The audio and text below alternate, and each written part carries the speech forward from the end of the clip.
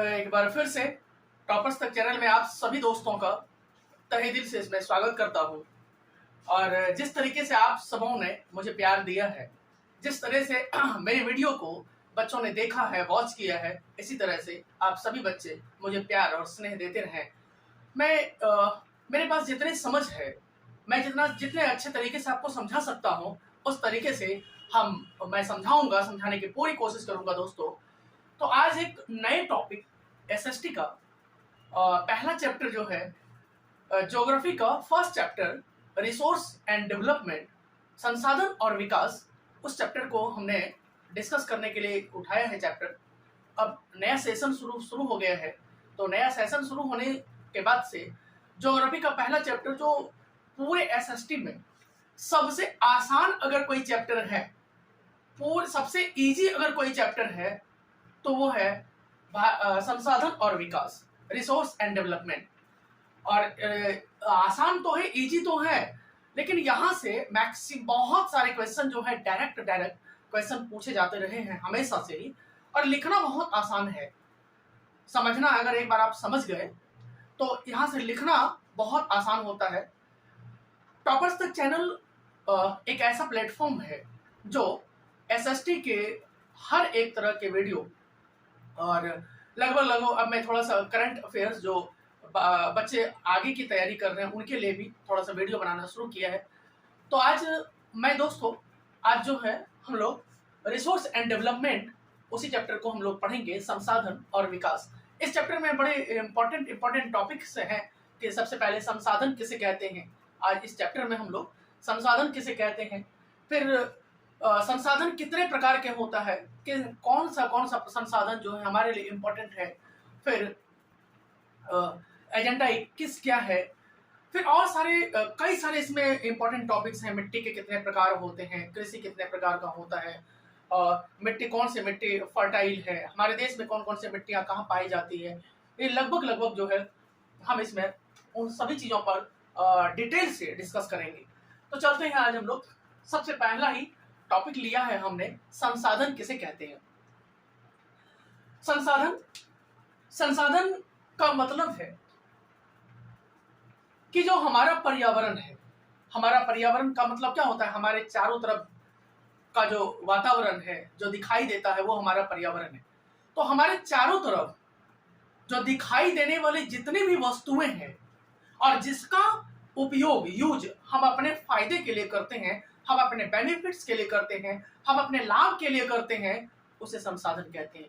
आसान लैंग्वेज में आप समझें कि कोई भी व्यक्ति जहां खड़ा है, अगर कोई व्यक्ति अंडमान निकोबार में खड़ा है, अगर उसके चारों तरफ उसे जो भी दिखाई देता है, एक व्यक्ति कहीं भी खड़ा होता है, कहीं भी प्रेजेंट में है, तो उसे क्या दिखाई देगा, उसे बिल्डिंग दिखाई देगा, उसे क्या दिखाई देगा, पेड़ पौधे दिखाई देंगे, उसे क्या दिखाई देगा, मिट्टी दिखाई देगा, नदियां दिखाई देगा, झरने दिखाई देगा, समुद्र दिखाई देगा, बिल्डिंग्स दिखाई देगा, मनुष्य दिखाई देगा, जानवर दिखाई देगा, पेड़ पौधे दिखाई देंगे, कीड़े मकोड़े दिखाई देंगे, सामने पंखे दिखाई देंगे, सामने बिल्डिंग्स दिखाई देंगे। तो ये सारी चीजें हमारा संसाधन है। एक बार एक बच्चे ने पूछा, सर कीड़ा मकोड़ा हमारे लिए संसाधन कैसे है, वो हमें कैसे सहायता करता है। तो दोस्तों, जब कोई जानवर मरता है और मरे हुए जानवरों को वह क्या करता है, खा करके उसे मिट्टी के फॉर्म में चेंज करता है। तो क्या करता है, अगर कीड़े मकोड़े ना होते तो क्या होता, इतने सारे पॉल्यूशन फैल जाता, उससे अनेक तरह की बीमारियां हो सकती थी। तो कीड़े मकोड़े ने क्या कर दिया कि उस मरे हुए जानवरों को या किसी भी जीव को, मरे हुए जीवों को खा करके उसे मिट्टी के फॉर्म में चेंज कर दिया। वो हमारे जीवन के लिए डायरेक्ट रूप से तो लाभदायक नहीं है, बट इनडायरेक्ट रूप से लाभदायक है, वो हमारे लिए बेनिफिटेड है। तो इसी प्रकार किसी व्यक्ति के चारों ओर जो भी चीजें दिखाई देता है, जो भी वस्तुएं दिखाई देती है और वो वस्तुएं हमें फायदा पहुंचाता हो, तो वह हमारे लिए संसाधन कहलाता है, वह हमारे लिए रिसोर्स कहलाता है। अब आगे चलते हैं, संसाधनों के प्रकार, types of resources. Types of resources में उत्पत्ति के आधार पर संसाधन दो प्रकार का होता है। बेसिस ऑफ ओरिजिन के आधार पर संसाधन कितने प्रकार का होता है, 2 टाइप्स का, 2 प्रकार का होता है। अब पहला है जैव संसाधन और दूसरा है अजैव संसाधन। पहला है जैव संसाधन और दूसरा है अजैव संसाधन। बायो फर्टिलाइजर्स, तो पहला है जैव संसाधन को कैसे देखते हैं, ऐसे संसाधन जो हमें जीव मंडल से प्राप्त होता है, जीव मंडल से प्राप्त होता है और जिनमें जीवन है, लाइफ है, जो जीवित है, जो चल फिर सकता है, जो भोजन बना सकता है, जो भोजन खुद कर सकता है, ऐसे संसाधन को जैव संसाधन, नाम से ही पता है, जैव, जिसमें जीवन हो, जिसमें लाइफ हो, जो चल फिर सकता हो, जो अपना भोजन खुद बनाता हो, जो अपना भोजन खुद खाता हो, ऐसे संसाधन को क्या कहते हैं, जैव संसाधन कहते हैं। अब जैव संसाधन जैसे मनुष्य हो गया, हम लोग क्या करते हैं कि हम लोग एक जगह से दूसरे जगह जा सकते हैं, भोजन खुद बनाते हैं, हमारे अंदर लाइफ है, जीवन है, सांस है। हम तो पेड़ पौधे में भी वही है, पेड़ पौधे भी अपना भोजन खाना खुद बनाता है फोटोसिंथेसिस मेथड से। जानवर जो भी है, जानवर वो सारे, ये सारे जो है जैव संसाधन कहलाता है। वह संसाधन क्या कहलाता है, जैव संसाधन। अब दूसरा है अजैव संसाधन, वे संसाधन जो निर्जीव पदार्थ से बने हुए हों, जिसमें जीवन नहीं हो, जो सांस नहीं लेता हो, जो मरा हुआ हो, मृत हो, जो एक जगह स्थिर हो, जो चल फिर नहीं सकता हो, जो आगे नहीं बढ़ सकता हो, जो अपना भोजन खुद नहीं बनाता हो, ऐसे संसाधन को, ऐसे रिसोर्स को, ऐसे संसाधन को अजैव संसाधन कहते हैं। जैसे चट्टान, चट्टान क्या होता है, क्या वह बढ़ता है, क्या वह खाना बना सकता है, क्या वह एक जगह से दूसरे जगह जा सकता है, क्या उनमें जीवन है, लाइफ है, सांस लेता है, नहीं ना। तो ये सारे संसाधन, धातु जैसे मेटल्स हो गया, सोना, चांदी, हीरा, अबरक, कोयला, ये सारा क्या है, ये तो इसमें लाइफ तो है नहीं, इसका कोई लाइफ नहीं, ये सांसें नहीं लेता, ये भोजन नहीं बनाता, एक जगह से दूसरे जगह खुद नहीं जाता। तो ऐसे संसाधन जिनमें लाइफ नहीं हो, जिनमें जीवन नहीं हो, ऐसे संसाधन को हम लोग अजैव संसाधन कहते हैं।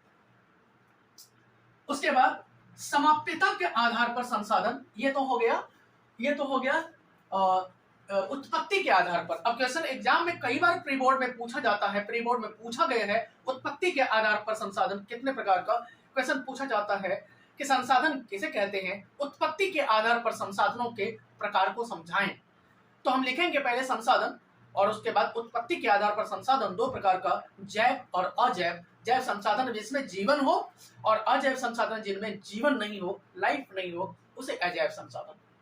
अब है समाप्यता के आधार पर। समाप्यता के आधार पर संसाधन का मतलब है कि जो समाप्त हो जाता हो या ना होता हो, तो समाप्यता का मतलब है, एंड समाप्यता का संसाधन का मतलब है कि इसके आधार पर दो प्रकार के संसाधन होते हैं, टू टाइप्स, नवीकरणीय संसाधन और दूसरा है अनवीकरणीय संसाधन। पहला है नवीकरणीय संसाधन और दूसरा है अनवीकरणीय संसाधन।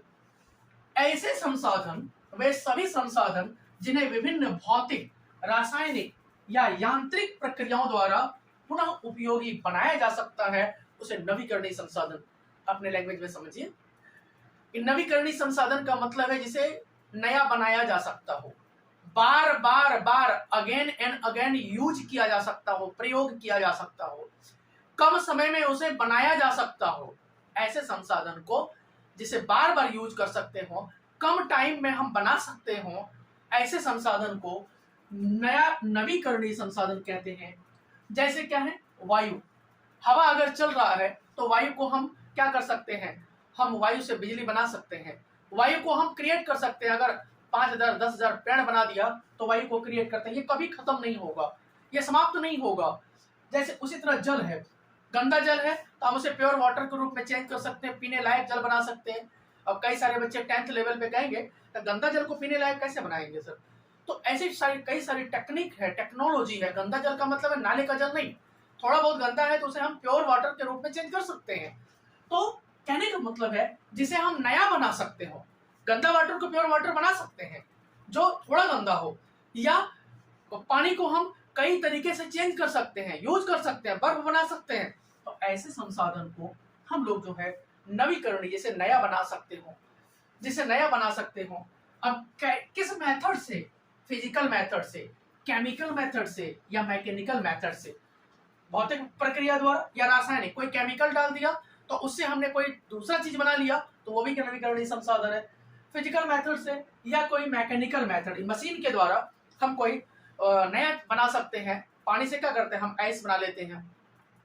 कई सारे प्रोसेस, हम प्रक्रियाएं के द्वारा हम इसे चेंज कर सकते हैं, तो इसे नवीकरणीय संसाधन कहते हैं।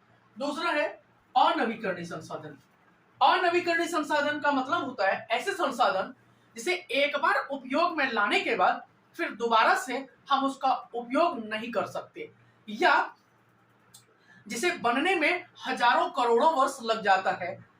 ऐसे संसाधन को हम लोग अनवीकरणीय संसाधन कहते हैं। इसका निर्माण एवं विकास लंबे भूवैज्ञानिक अंतराल में हुआ हो, यानी लंबे टाइम में।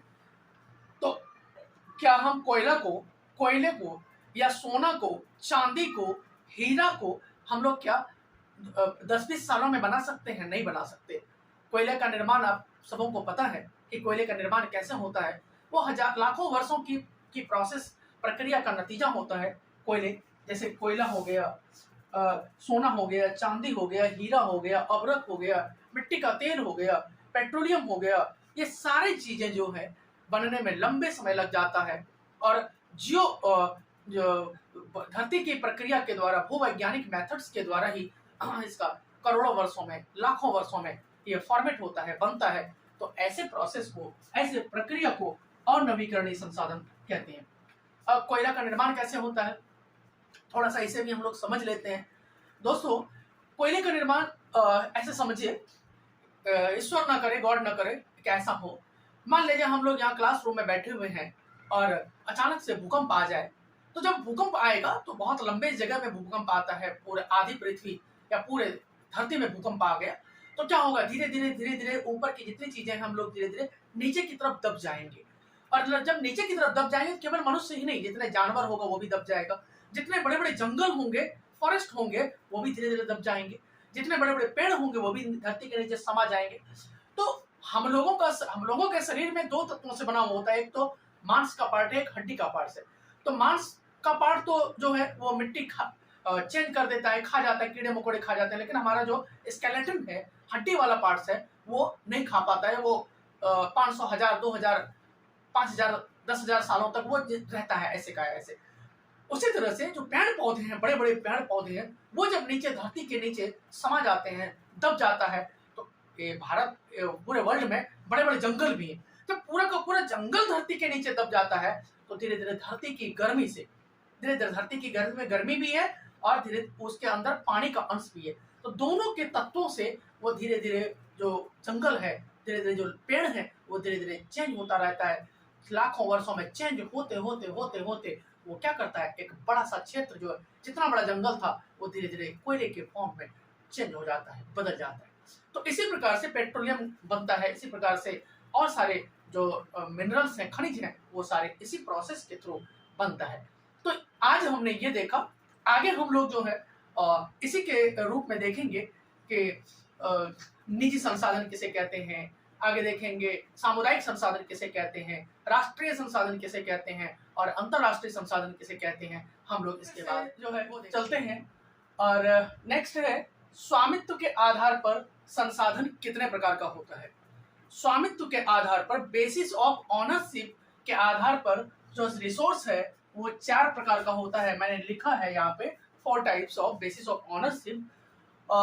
स्वामित्व का मतलब होता है कि ऐसे संसाधन जिसका मालिक हो। स्वामी का मतलब होता है मालिक, जो मालिक और नौकर वाला जो संबंध हो जाए, वो मालिक जो है वही मालिकाना हक। जिस संसाधन पर किसी व्यक्ति का मालिकाना हक हो, मालिक हो उसका, ऑनर हो उसका, उसे स्वामित्व के आधार पर संसाधन कहते हैं। तो स्वामित्व के आधार पर संसाधन जो है वो पहला है निजी संसाधन। पहला क्या है, निजी संसाधन, यानी इसको इंडिविजुअल रिसोर्स कहते हैं। इंडिविजुअल रिसोर्स, निजी संसाधन।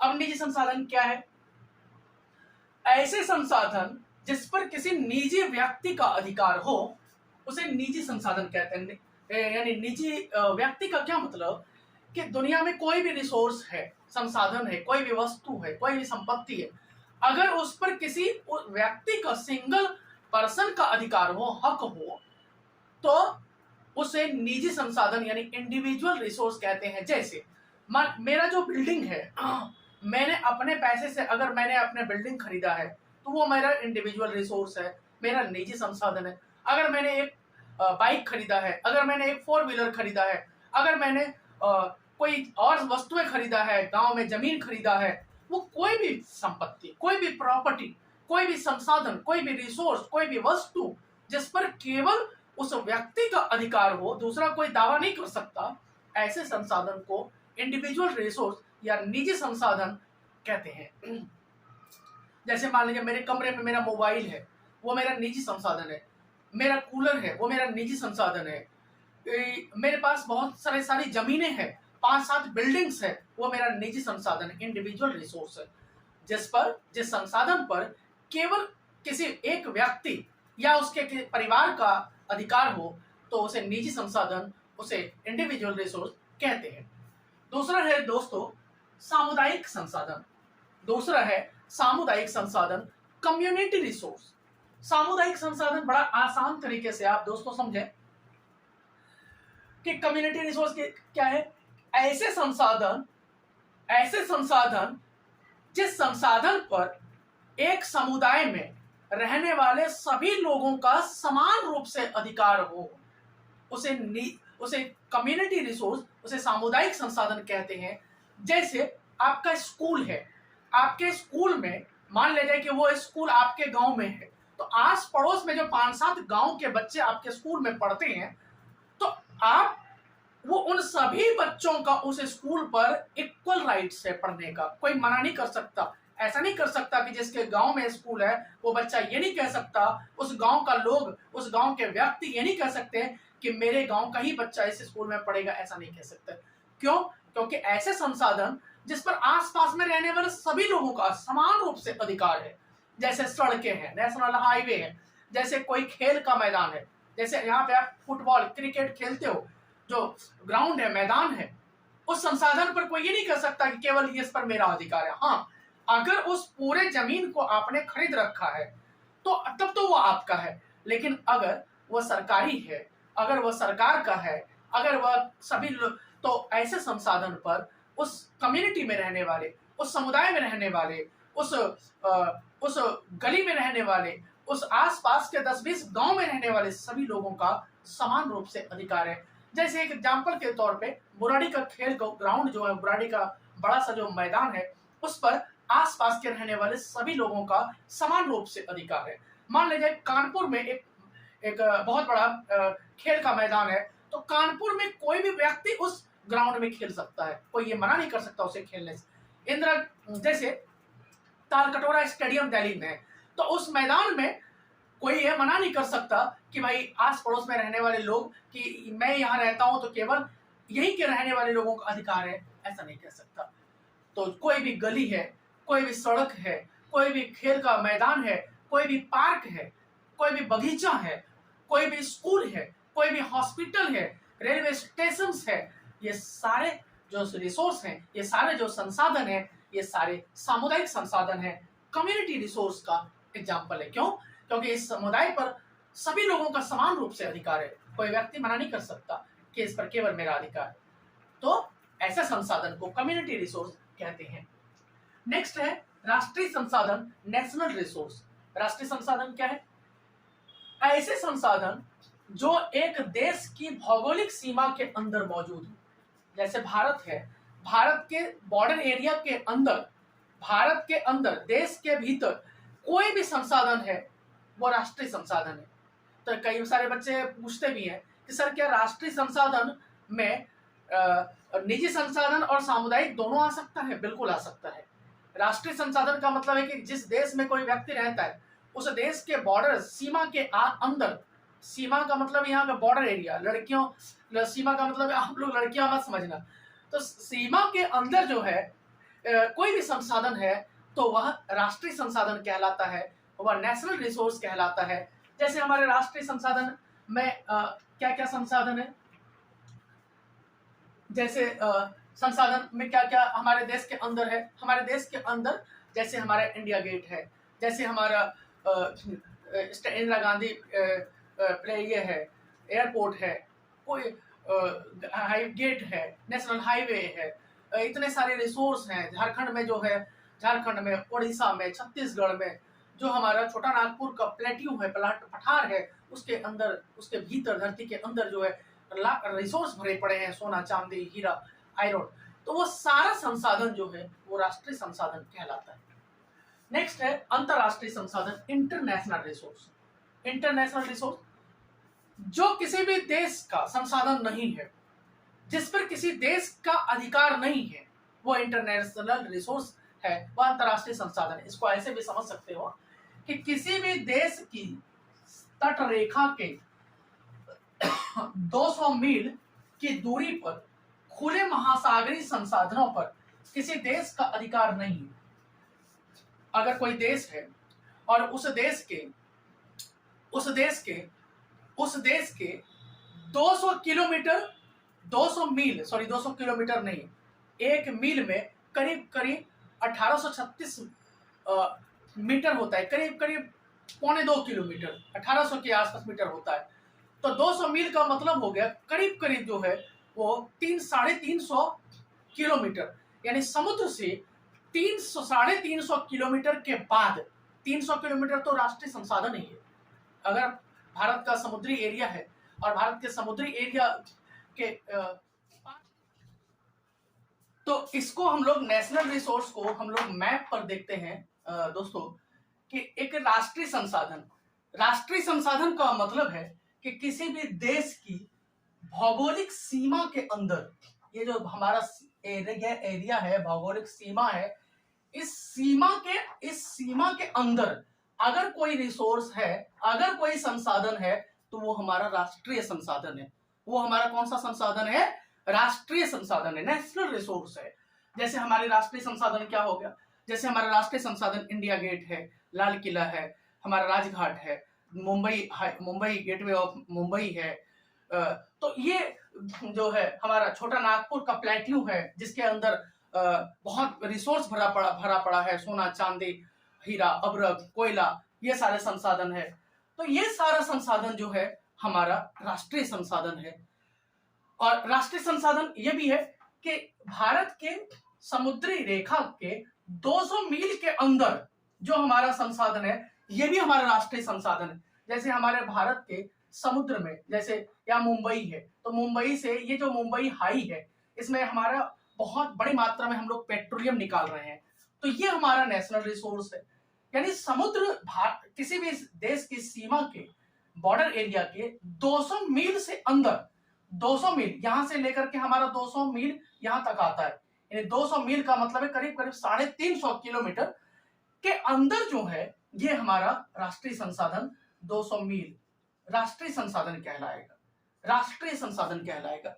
और 200 मील से बाद जो है, यानी जो किसी देश की सीमा के 200 मील के बाद, हमारा 200 मील यहां तक आता है बंगाल की खाड़ी, उसके बाद जो रिसोर्स है, उसके बाद जो संसाधन है, वह अंतरराष्ट्रीय संसाधन, यानी कि ऐसा संसाधन जो किसी देश की सीमा से, किसी देश के बॉर्डर एरिया से बाहर हो, और उस संसाधन पर जब किसी देश का अधिकार नहीं हो, ऐसे संसाधन को अंतरराष्ट्रीय संसाधन, इंटरनेशनल रिसोर्स कहते हैं। और ऐसे संसाधन पर विश्व की जो बड़ी बड़ी संस्थाएं हैं, ऑर्गेनाइजेशंस है, उनका अधिकार होता है, जैसे यूएनओ, WTO, ये ओपेक। तो इन सब संस्था का वो उस पर कब्जा रहता है, कंट्रोल रहता है, और वही उसको रेगुलेट करता है, वही इसकी देखभाल करता है। तो ऐसे संसाधन को राष्ट्रीय संसाधन और अंतरराष्ट्रीय संसाधन कहते हैं। नेक्स्ट है विकास के स्तर के आधार पर कि ऐसे संसाधन जो किसी प्रदेश में विद्यमान है, ऐसे संसाधन जो किसी प्रदेश में विद्यमान है, ऐसे संसाधन जो किसी जगह विद्यमान है, जैसे छोटा नागपुर प्लेट्यू में जो है संसाधन हमारा है, या राजस्थान के इस एरिया में और गुजरात के इस एरिया में समुद्री किनारे के आसपास हमारे देश में विंड एनर्जी की बहुत संभावना है। हम यहाँ से क्या करते हैं, हवाएं चारों तरफ से बहुत बड़ी मात्रा में अच्छी आती है, तो हम यहाँ से बिजली बना सकते हैं, हवा से बिजली बना सकते हैं, बना भी रहे हैं, लेकिन थोड़ा कम मात्रा में बना रहे हैं। तो हम चाहें, हमारे देश में संभावना है आने वाले टाइम में हम बना सकते हैं, लेकिन अभी हम नहीं बना रहे। क्यों? क्योंकि या तो हमें जरूरत नहीं है या हमारे पास उतनी टेक्निक नहीं है, टेक्नोलॉजी नहीं है कि हम बड़ी मात्रा में विंड एनर्जी बना सकें। तो इसलिए ऐसे संसाधन को संभावित संसाधन कहते हैं, कि ऐसे संसाधन जो किसी प्रदेश में विद्यमान है। यानी विंड एनर्जी की गुजरात में और राजस्थान में बहुत संभावना है, लेकिन हम अभी नहीं बना रहे हैं। आने वाले कमिंग टाइम में जब हमारे पास टेक्नोलॉजी हो जाएगा, यानी 50-100 सालों में जब हमें जरूरत होने लगेगी, कोयला खत्म हो जाएगा हमारी धरती से, पानी से बिजली नहीं बनने लग जाएगा, या बिजली की डिमांड इतनी बहुत अधिक हो जाएगी, तो हम विंड एनर्जी को प्रमोट करेंगे, सोलर एनर्जी को प्रमोट करेंगे। हालांकि कर भी रहे हैं सोलर एनर्जी को। तो ऐसे संसाधन को संभावित संसाधन कहते हैं। नेक्स्ट है विकसित संसाधन। ऐसे संसाधन जिनके उपयोग की गुणवत्ता और मात्रा निर्धारित की जा चुकी है, कि ऐसे संसाधन जिनका उपयोग के लिए क्वांटिटी और क्वालिटी दोनों डिसाइड किया जा चुका है, तो ऐसे संसाधन को हम लोग जो है विकसित संसाधन कहते हैं। ऐसे संसाधन को हम लोग विकसित संसाधन, डेवलप्ड रिसोर्स कहते हैं। बार फिर से हम लोग जो है भंडारित संसाधन, हम लोग जो है क्या देखेंगे अब? भंडारित संसाधन। भंडारित संसाधन क्या होता है कि पर्यावरण में उपलब्ध वे संसाधन जो अभी प्रौद्योगिकी टेक्नोलॉजी के अभाव में मानव की पहुंच से बाहर है। ऐसा कई सारे संसाधन हैं जो हमारे टेक्नोलॉजी के, हमारे पास ऐसी टेक्निक नहीं है, टेक्नोलॉजी नहीं है, उससे अभी बाहर है। ऐसे संसाधन भंडारित संसाधन कहलाते हैं। यानी हमारे पास स्टॉक है, भंडार है, लेकिन हमारे पास अभी न टेक्नोलॉजी ऐसी नहीं है कि हम उसका उपयोग कर सकते हैं, हम उसका यूज कर सकते हैं। ऐसे संसाधन को हम लोग जो है भंडारित संसाधन कहते हैं। नेक्स्ट है संचित संसाधन। संचित संसाधन को स्टॉक रिसोर्स कहते हैं। वे संसाधन जो अभी तकनीकी ज्ञान के उपयोग से प्रयोग में लाया जा सकता है, परंतु इनका उपयोग अभी आरंभ नहीं हुआ है। यानी ऐसे संसाधन जो अभी तकनीकी ज्ञान यानी टेक्नोलॉजी नॉलेज के प्रयोग में लाया जा सकता है, परंतु उनका यूज जो है हमने अभी आरंभ नहीं किया है। जैसे धरती के अंदर से जो बिजली उत्पादन होता है, जैसे समुद्र के पानी से जो ज्वार भाटा है हमारा, उससे जो बिजली उत्पादन होती है, ऐसे संसाधन जो है संचित संसाधन, स्टॉक रिसोर्स कहलाते हैं। यानी टेक्नोलॉजी ज्ञान के प्रयोग में लाया जा सकता है, परंतु इनका उपयोग हमने अभी स्टार्ट नहीं किया है। जब आने वाले टाइम में जब जरूरत होगा, हमारी देश की नीड जब जरूरतें पूरी नहीं हो पाएंगी, तो हम ऐसे संसाधन का उपयोग भविष्य में करेंगे। जिसको बीच में फोटो क्लिक करना हो आप कर सकते हैं दोस्तों। मैं बिल्कुल साइड हो जा रहा हूँ, आप इसका फोटो क्लिक भी कर सकते हो। आप एक कॉन्क्रीट मटेरियल है, आप कभी भी एग्जाम में इससे बाहर नहीं आएगा।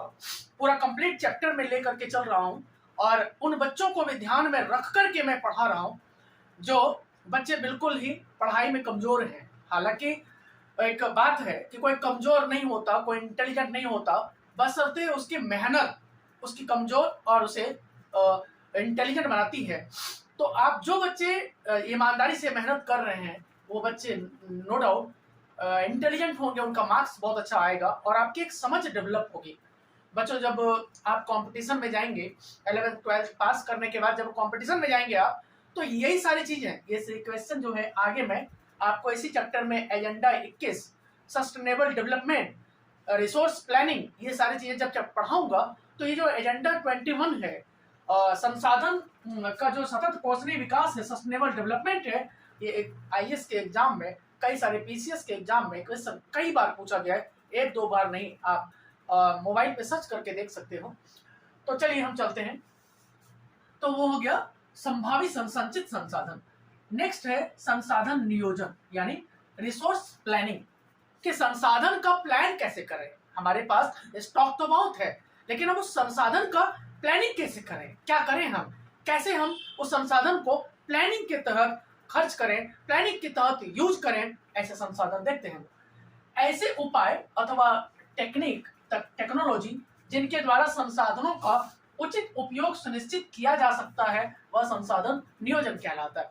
यानी हमारे पास संसाधन की कमी होती जा रही है, तो संसाधन को किस टेक्निक से, कैसे तरीके से हम खर्च करें, कम से कम तरीके से खर्च करें, ऐसी टेक्निक को संसाधन नियोजन कहलाता है, रिसोर्स प्लानिंग कहा जाता है। यानी भाई तो ऐसी बात है कि हमारे घर में अगर 100 रुपया है या 2 लोग कमाने वाले हैं और 10-10 हजार रुपये लोग दोनों लोग की सैलरी है, मान लिया जाए कि एग्जाम्पल से दे रहा हूँ, बहुत सारे बच्चे बुरा नहीं मानेंगे कि सर 10,000 रुपये किसकी सैलरी है, आज तो 50,000 रुपया, लाख रुपया कमा रहे हैं।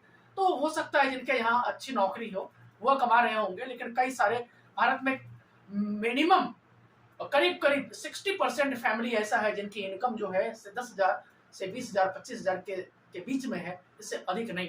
तो कि मान लीजिए आपके घर में 2 लोगों की नौकरी है, प्राइवेट जॉब है और 10-10 हजार रुपया कमाते हैं और 5 लोग जो है आपके परिवार में हैं, तो 20,000 में पांचों लोग कैसे अरेंज करेंगे, कैसे खर्च करेंगे, कैसे अपने सारी जरूरत को, नीड को पूरा करेंगे और थोड़ा सेविंग भी करना है।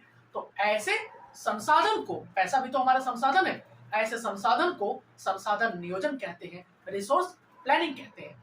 जैसे कोई स्टूडेंट है, उसके लिए प्लानिंग का क्या मतलब है, संसाधन नियोजन का क्या मतलब कि आपके पास जितना टाइमिंग है, समय है, 5 घंटे टाइमिंग है, 5 घंटे में आपको नहाना भी है, खाना भी है और पढ़ाई भी करनी है, स्कूल का होमवर्क पूरा करना है और ट्यूशन का होमवर्क पूरा करना है। तो इसे कहते हैं संसाधन का नियोजन, रिसोर्स प्लानिंग। अब जो इम्पोर्टेंट क्वेश्चन आने वाला है ये आपके लिए बहुत इंपॉर्टेंट है और एग्जाम में हमेशा से ये क्वेश्चन सीबीएसई का फेवरेट क्वेश्चन रहा है। अक्सर ये क्वेश्चन किसी न किसी रूप में सीबीएसई पूछ लेती है, तो आप ध्यान से देखेंगे। संसाधनों का ऐसा विवेकपूर्ण उपयोग किया जाए, केवल मैं पढ़ के सुना दे रहा हूं, फिर समझाऊंगा, जिससे न केवल वर्तमान पीढ़ी की जरूरतें पूरी हो सके परंतु भावी पीढ़ियों की आवश्यकताएं भी पूरी होती रहे, वह सतत पोषणीय विकास कहलाता है। यह भावी पीढ़ी है, यानी कमिंग जनरेशन है। भावी का मतलब यह भावी नहीं है, भावी यानी आने वाली पीढ़ियां। यानी ये कह क्या रहा है कि जो भी हमारे पास संसाधन है, हमारे पास जो भी संसाधन है, हम उसका इस तरह से यूज करें, उपयोग करें कि ताकि हमारी भी जरूरत पूरी हो जाए और हमारे जो आने वाले जनरेशंस होंगे भारत के 50 साल के बाद, जो हमारे बच्चे होंगे, वो भी उस संसाधन का उपयोग कर सकें। तो एक बार फिर से इसको समझाने की कोशिश करता हूं। जैसे मान लिया जाए हमारा जब देश आजाद हुआ 1947 में, उस समय हमारे पास करीब करीब जो है 3 से 4 हजार कोयला का खदानें था। 70 सालों में क्या हुआ, कोयले की मैक्सिमम खदानें खत्म हो गई। अब 2 से 400 कोयला खदानें हमारे पास बचा है। अगर हम इसी तरीके से कोयले का इस्तेमाल करते रहे तो 50 साल के बाद हमारे भारत से कोयला खत्म हो जाएगा और हम फिर किसके ऊपर डिपेंड हो जाएंगे, किसी दूसरे देश के ऊपर डिपेंड हो जाएंगे।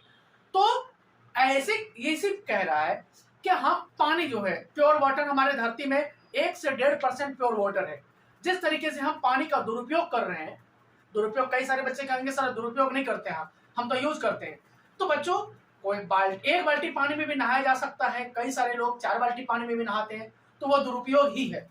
कई बार जो है ब्रश करते रहते हैं हम लोग और नल का खोल जो देते हैं और करीब 5 से 7 लीटर पानी हमारे ब्रश करने में बह जाता है। कई बार हम टॉयलेट में पानी देते हैं, तो उससे क्या होता है, हमारा कई सारा 2 बाल्टियां पानी जो, अगर बड़ा परिवार है 2-3 बाल्टियां करीब 50-60 लीटर पानी जो है हम टॉयलेट में दे देते हैं।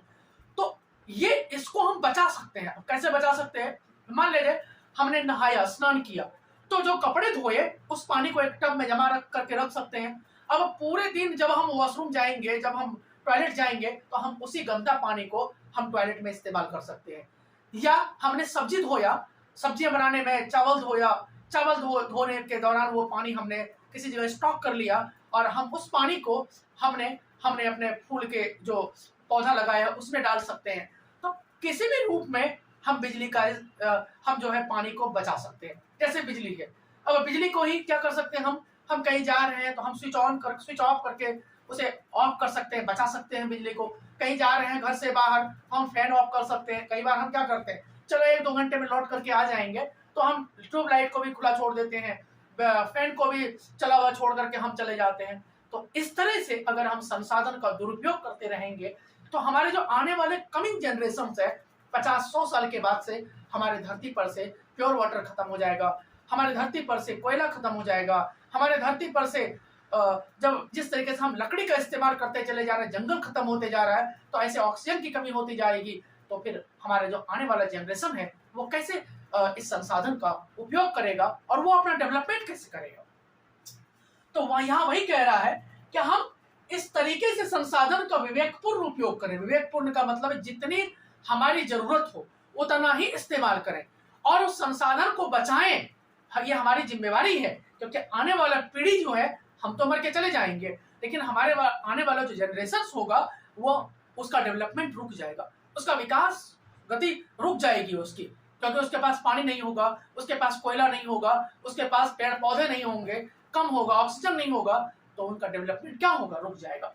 तो वही कह रहा है कि आपको ऐसा नहीं कह रहा है कि संसाधन इस्तेमाल ही नहीं करना है, जितनी जरूरत है उतना इस्तेमाल करो, बाकी आप उस संसाधन को बचाओ ताकि आने वाली जो पीढ़ी है उस संसाधन का इस्तेमाल कर सके और वो भी अपना डेवलपमेंट कंटिन्यूअसली जारी रख सके, कंटिन्यूअस अपना डेवलपमेंट कर सके, अपना प्रोग्रेस कर सके, अपना तरक्की कर सके।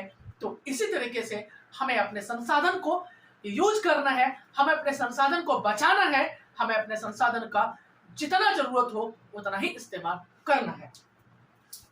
उसके बाद एक और टॉपिक जो बहुत इंपॉर्टेंट है आपके लिए, एजेंडा 21। एजेंडा 21 बच्चों, एजेंडा 21 क्या है थोड़ा समझते हैं इसको। हमारे देश में जिस प्रकार से संसाधन समाप्त होते जा रहे थे, पेड़ पौधे कटते जा रहे थे, ऐसे में अगर हमने संसाधन को नहीं बचाया, अगर हमने पेड़ पौधों को नहीं बचाया, अगर हमने रिसोर्स को नहीं बचाया, अगर हमने विलुप्त प्राय प्राणी, शेर को, जानवरों को, जो जानवर विलुप्त होते जा रहे हैं, जैसे चीता हमारे धरती से विलुप्त होने की कगार पर आ गया, शेर भी लगभग 2-3 कंट्री में ही है, भारत, बांग्लादेश, नेपाल में, और विदेशों में कहीं शेर लगभग नहीं है। तो ऐसे में जब हमारे पृथ्वी पर से संसाधन अगर विलुप्त होते चले जाएंगे तो ऐसे संसाधन को बचाना, उसको सेव करना, ये हमारी जिम्मेदारी है। तो उसी के ऊपर सन 1992 में 1992 ईस्वी में ब्राजील के शहर रियो डी जेनेरो, ब्राजील एक कंट्री है जो साउथ अमेरिका में है, दक्षिण अमेरिका में एक ब्राजील शहर है और ब्राजील देश है, और ब्राजील में एक रियो डी जेनेरो शहर है। क्या नाम है? Rio de Janeiro, Rio de Janeiro, Rio de Janeiro. Rio de Janeiro में यूएनओ की एक मीटिंग हुई, और मीटिंग यूएनओ का एक संस्था है, चूंकि यूएनओ कोई छोटा संस्था नहीं, उसके कई सारे ब्रांच हैं। तो यूएनओ के एक ब्रांच जो था वो संयुक्त राष्ट्र पर्यावरण और विकास सम्मेलन, ये जो संस्था है ये पर्यावरण को बचाने का काम करता है। जहां भी पर्यावरण का नुकसान होगा ये तुरंत मीटिंग बुलाता है, और विश्व के सभी देशों को इस मीटिंग में शामिल होना कंपलसरी होता है, क्योंकि ये विश्व की सबसे बड़ी संस्थाओं में से ये सब एक संस्था है। तो इन्होंने जो है एक मीटिंग बुलाया, और ये मीटिंग कहाँ रखा गया? रियो में, रियो डी जेनेरो में। और ये रियो डी जेनेरो कहाँ है? ये ब्राजील में है। और ब्राजील कहाँ है? ये साउथ अमेरिका में है, दक्षिण अमेरिका कॉन्टिनेंट, दक्षिण अमेरिका महादेश में रियो डी जेनेरो एक शहर है। वहीं पे मीटिंग रखी गई, और उस मीटिंग में 178 कंट्री, एनसीईआरटी में दिया हुआ है 100 से अधिक कंट्री, लेकिन आप अगर गूगल के सर्च करेंगे, आप अगर दूसरे पे सर्च करेंगे, तो वहां करीब 178 कंट्री जो है इस मीटिंग में शामिल हुए। अब इस मीटिंग में 178 देशों के प्रधानमंत्री और राष्ट्रपति दोनों नहीं, जो जिस देश का हेड है, किसी देश का प्रधानमंत्री हेड है वो प्रधानमंत्री गया, किसी देश का हेड राष्ट्रपति है वो राष्ट्रपति आया। जैसे अमेरिका में राष्ट्रपति हेड है, राष्ट्रपति आया, भारत में प्रधानमंत्री हेड है तो प्रधानमंत्री गया। इसी तरह से करीब 178 देशों के प्रधानमंत्री और राष्ट्रपति इस मीटिंग में शामिल हुए, और इस मीटिंग में शामिल होने के बाद मीटिंग हुई, और मीटिंग में क्या क्या डिसीजन लिया गया उसको हम लोग देखते हैं। क्या क्या डिसीजन लिया गया कि भाई विश्व के सभी कंट्री सहयोग करेंगे। 178 कंट्री उस मीटिंग में शामिल हुए थे, जो नहीं शामिल हुए तो उनसे भी रिक्वेस्ट किया गया कि सभी कंट्री वर्ल्ड में जितने देश हैं वो सारे देश सहयोग करेंगे, कोऑपरेट करेंगे, और क्या करेंगे कि भाई पर्यावरण का नुकसान कम से कम करेंगे। पर्यावरण का नुकसान कैसे बचाएंगे? कि पेड़ पौधों को कम से कम काटेंगे। तो कई बच्चे कहा क्लास में, कई बच्चे कमेंट करके कहते हैं कि सर जब हम पेड़ पौधे नहीं काटेंगे तो हम अपना डेवलपमेंट कैसे करेंगे? पेड़ पौधे आप काटो, लेकिन उसके बदले में 2 पेड़ लगाओ, अगर 2 पेड़ काटते हो 4 पेड़ लगाओ, लेकिन आप पर्यावरण का नुकसान कम से कम करो। पर्यावरण को क्षति, गरीबी और रोगों से निपटना, इस मीटिंग में 3-4 चीजों पर सभी विश्व के सभी कंट्री को ध्यान दिलाया गया कि भाई सभी कंट्री इस मैटर पे, इस मुद्दे पे ध्यान देंगे।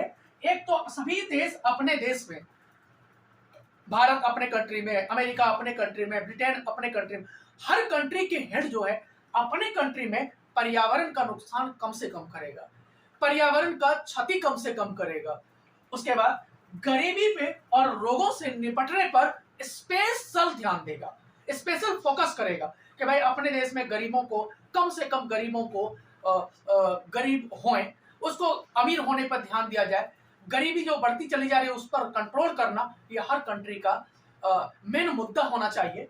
और उसके बाद रोगों से निपटना। आपके देश में अगर कोई रोग आता है तो अमीर लोग तो बड़े बड़े हॉस्पिटल्स में, प्राइवेट हॉस्पिटल्स में पैसे दे करके अपना इलाज करा लेते हैं, लेकिन गरीबों के पास कोई ऑप्शन नहीं होता। उनके पास एक ही ऑप्शन है कि सरकार के द्वारा जो सुविधा, सरकार के द्वारा जो सरकारी हॉस्पिटल अवेलेबल करवाया गया है उसे हॉस्पिटल में अपना ट्रीटमेंट करवाएंगे, अपना इलाज करवाएंगे। तो जब तक सरकार इन सब चीजों पर ध्यान नहीं देगी तो देश डेवलप नहीं कर सकता। हमारा देश ने इन सब चीजों पर ध्यान दिया, तभी तो आज डेवलपिंग कंट्री से 2030 तक हमारा देश थर्ड वर्ल्ड इकोनॉमी बन जाएगा। यही सबका रिजल्ट है कि इन सब चीजों पर भारत सरकार ने बहुत सीरियसली ध्यान दिया, बहुत गहराई के साथ लिया कि भाई हमें गरीबी को कम करना है। 1975 ईस्वी में इंदिरा गांधी ने गरीबी हटाओ का नारा दिया, राजीव गांधी ने ध्यान दिया। फिर उनके बाद बीजेपी पार्टी की सरकार है, इन्होंने भी गरीबी पर बहुत ज्यादा फोकस किया। तो आज जो है जिस तरीके से देश गरीबी पर, रोगों से निपटने पर ध्यान दे रहा है, कोरोना के टाइम में इतने बड़ा देश जो है भारत ने कितना बखूबी जो है कोरोना पर निपटने में, कोरोना पर उसे कंट्रोल करने में रोल निभाया। तो ये कम सराहनीय कार्य नहीं है। तो वही कह रहे इसमें इस मीटिंग में, ये रियो डी जेनेरियो की जो मीटिंग थी, इसमें करीब 178 देशों के प्रधानमंत्री और राष्ट्रपति शामिल हुए थे। और इस सम्मेलन को पृथ्वी सम्मेलन के भी नाम से जाना जाता है। इस सम्मेलन में कहा गया कि हम पृथ्वी को कैसे बचाएं, हम धरती को कैसे बचाएं, हम धरती को समाप्त होने से, बर्बाद होने से कैसे बचाएं, इन सब बातों पर इस मीटिंग में डिस्कस किया गया। इस मीटिंग में एकजुट होकर के एक सम्मिलित रूप से प्रयास किया गया कि सभी कंट्री के, सभी देश के प्रधानमंत्री और राष्ट्रपति हर कंट्री में इन सब चीजों पर ध्यान देंगे। और दोस्तों, इस मीटिंग के बाद से भारत में बड़ी तेजी से पर्यावरण पर ध्यान दिया गया, बड़ी तेजी से गरीबी को कम करने पर ध्यान दिया गया। अब आप देखेंगे 1990 से पहले गरीबी कितनी अधिक थी, 1990 के बाद से गरीबी कितनी कम होती चली गई। उसके बाद रोगों से निपटने पर भी ध्यान दिया गया। और उसके बाद हालांकि 2020 में जब कोरोना आया तो उसके बाद भी भारत सरकार ने रोगों से निपटने, कोरोना पर स्पेशल ध्यान दिया। तो इस प्रकार से जो है हमारा ये टॉपिक बड़ा इंपॉर्टेंट है, इनको कई बार आप सुने। और दोस्तों, आप दूसरे बच्चों से भी इस तरह का वीडियो, ये जो वीडियो मैं बनाता हूँ, शेयर करें। दोस्तों, ये वीडियो बनाने में बहुत मेहनत लगता है, बहुत सारे बच्चे देखते हैं। तो थोड़ा सा, जब तक आप सभी बच्चे, आप सभी दोस्त, आप सभी भाई एवं बहनों जब अगर आप कोऑपरेट नहीं करेंगे तो आगे आपका चैनल जो है वो नहीं कर पाएगा, ग्रो नहीं कर पाएगा। तो जो भी मेरे प्यारे प्यारे छोटे छोटे भाई बहन हैं, वो सारे भाई बहन मुझे कोऑपरेट करें, सहयोग करें और मेरा मनोबल हमेशा बढ़ाते रहें। जहाँ भी कोई डाउट हो दोस्तों, तो आप हमें जरूर कमेंट करें। आपके कमेंट से मुझे बुरा नहीं लगेगा, मुझे खुशी होगी कि जब बच्चा कोई कमेंट करता है। कई सारे स्टूडेंट्स जो है डायरेक्टली कमेंट करते हैं, उसे मुझे बहुत खुशी होता है कि लगता है कि चलो कोई तो है अपना जो मुझे इस तरह करीब से जब ऑब्जर्व करता है, हमारी कमियों को दिखाता है। कमियां गिनाने वाला ही एक सच्चा इंसान होता है। हालांकि आप जहाँ तारीफ के लायक है वहाँ तारीफ भी करें, और जहाँ कमियां हैं वहाँ कमियां भी बताएं। हमारे अंदर में बहुत सारी कमियां हैं, हर व्यक्ति के, इंसान के अंदर कमियां होती है। तो उन कमियों को दूर करना ही सच्चा इंसान कहलाता है, एक अच्छा इंसान कहलाता है। तो आप सभी दोस्तों को, आप सभी भाई एवं बहनों को मेरे तरफ से बहुत बहुत धन्यवाद। और इस वीडियो को अधिक से अधिक share, like, share and subscribe जरूर करें, जरूर से जरूर करें।